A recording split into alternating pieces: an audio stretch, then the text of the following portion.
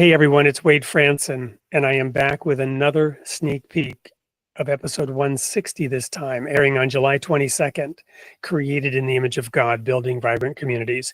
I'm here with John M. of Sober Speak, talking about a topic of incredible importance, one that has touched me deeply throughout my life, having had an alcoholic mother and siblings who struggled with alcohol.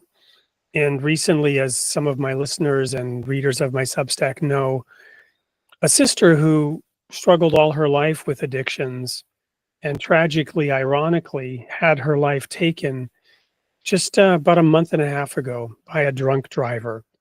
So I'm really honored that John is here in the studio with us today to speak anonymously, but you'll hear his voice. You just won't see him about this topic. Welcome to the studio, John. Thanks for having me, Wade. I appreciate it. Well, I'm really interested in sharing this with the audience from a number of perspectives. The first is, the tie-in with religion and your work is actually very strong. We prayed right before this because that is a habit that you have. And the steps that you would recommend, the traditional steps of the Al-Anon project, always include a higher power. Tell us just briefly about how that higher power plays into helping people have hope and overcome their addictions. Oh, I just got chills going up and down my spine as you asked that.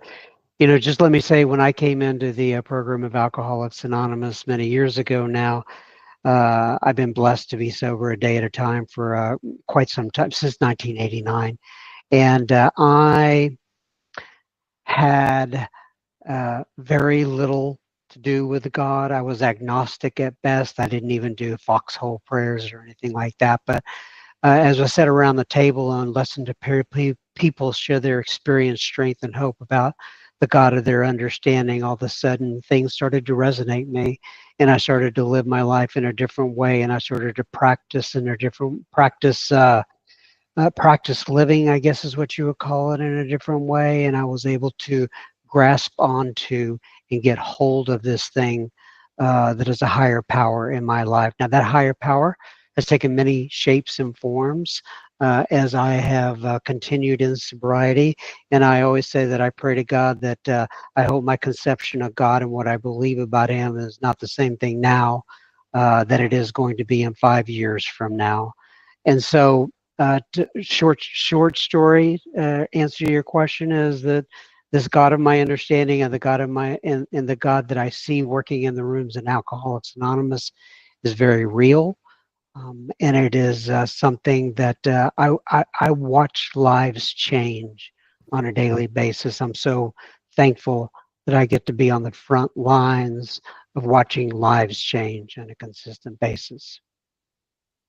Well, that's awesome. Seeing the mighty hand of God at work in the life of an individual. It's easier to move a mountain than to really change the heart of somebody. I'm reminded of one of my favorite jokes. How many psychologists does it take to change a light bulb? Only one, but the light bulb really has to want to change. Right. So the follow-up question to conclude this brief sneak peek is, I was just at a meeting, a religious spiritual meeting last night, in fact, and somebody mentioned something called, I think it was a book called Depths of Despair. And I first I thought he said depths of despair, depths, but no, this was Deaths of Despair, talking about young men who are increasingly committing suicide. And I mentioned my sister, right? So how does one instill that hope when people are at that rock bottom level?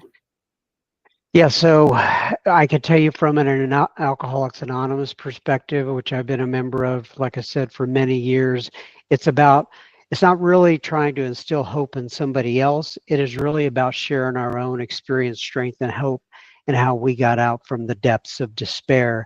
And either people take on to that or they do not. I had somebody call me yesterday. It was a mom and her sister, and they were asking me, what do I do for my son who is in jail right now, and his father's about to pass away, and we can't seem to get them on the straight and narrow.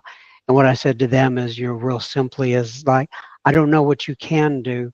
What I would advise though is you take care of yourself, right? You get into Al-Anon, or you get into some sort of therapy, or you do whatever you have to do for you, and let him, the gentleman, find his own bottom.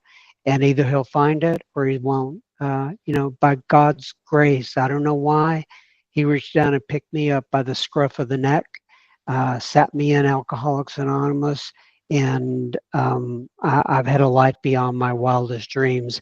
But I know that doesn't happen for everybody, and I feel for them. But all I can say is, you just take one step at a time. Share your own spirit, share your own experience, strength, and hope, and continue to carry light that comes from within you, and hope that people latch on to that. Well, thank you, John, and thank you for being in the studio for this sneak peek. I can promise the audience that, as always, this will be a raw and real discussion, one that there will be many nuggets of, I believe, divine inspiration that will arise from it, that will be of hope and encouragement to everybody that listens in. So you don't want to miss it. It's episode 160, and it will air at 8 p.m. Central Time on Created in the Image of God, as always. Until then, may God be with you.